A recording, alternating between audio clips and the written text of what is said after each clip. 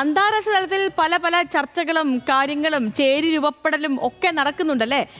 പ്രത്യേകിച്ച് നമ്മൾ ഈ ഷാങ്ഹായ് കോർപ്പറേഷൻ സമ്മിറ്റൊക്കെ നടന്നതിന് ശേഷം ഇപ്പോൾ നമുക്കറിയാം ഉത്തര കൊറിയൻ ഏകാധിപതി കിം ജോങ് ഉൻ അദ്ദേഹം ചൈനയിലുണ്ട്, റഷ്യൻ പ്രസിഡന്റ് വ്ളാദിമിർ പുടിൻ ചൈനയിലുണ്ട്, ചൈനീസ് പ്രസിഡന്റ് ചൈനയിലാണല്ലോ.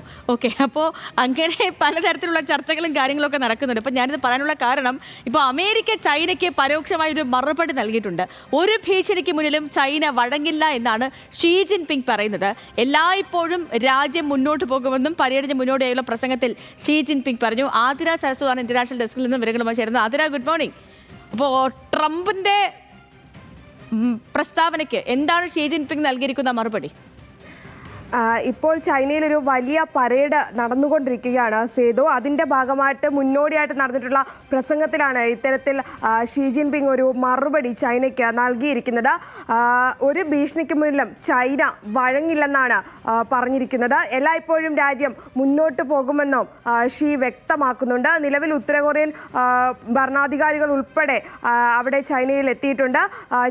രണ്ടാം ലോക മഹായുദ്ധത്തിന് അവസാനിച്ചതിൻ്റെ ഭാഗമായിട്ടാണ് ഇപ്പോൾ അവിടെ വലിയൊരു പരേഡ് നടക്കുന്നത്. 20-ലധികം രാഷ്ട്ര തലവന്മാരാണ് ഈ പരേഡിൽ പങ്കെടുക്കുന്നത്.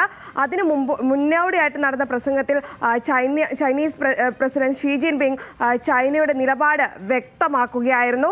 നേരത്തെ ട്രംപ് ഒരു പ്രസ്താവന നടത്തിയിരുന്നു.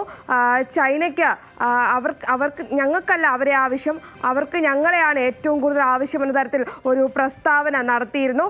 ചൈനയും റഷ്യയും അവരുടെ സഖ്യകക്ഷികളും തമ്മിലുള്ള ബന്ധം ഊഷ്മളമാക്കുന്നത് ആഗോളതലത്തിൽ US-ന് വെല്ലുവിളി ഉയർത്തുന്നുവെന്ന സൂചനകൾ അതേസമയം ഡൊണാൾഡ് ട്രംപ് തള്ളുന്ന ഒരു സാഹചര്യവും നിലനിന്നിരുന്നു. എന്തായാലും കഴിഞ്ഞ ദിവസമൊക്കെ വലിയൊരു ഉച്ചകോടി ചൈനയിൽ നടന്നിരുന്നു. പുതിയൊരു വിദേശ നയം രൂപപ്പെടുന്ന കാഴ്ചകളൊക്കെ നമ്മൾ കണ്ടതുമാണ്. ഈ സാഹചര്യത്തിൽ ചൈന മുന്നോട്ട് വെക്കുന്നത് തങ്ങൾ ഒരു രാഷ്ട്രത്തെയും ഭയക്കുന്നില്ല, ഒരു രാജ്യത്തെയും ഭയക്കുന്നില്ല എന്ന പരോക്ഷ മറുപടി അമേരിക്കയ്ക്കുള്ള ഒരു കൃത്യമായ നിലപാട് തന്നെയാണെന്ന് മനസ്സിലാക്കേണ്ടിയിരിക്കുന്നു സേതു.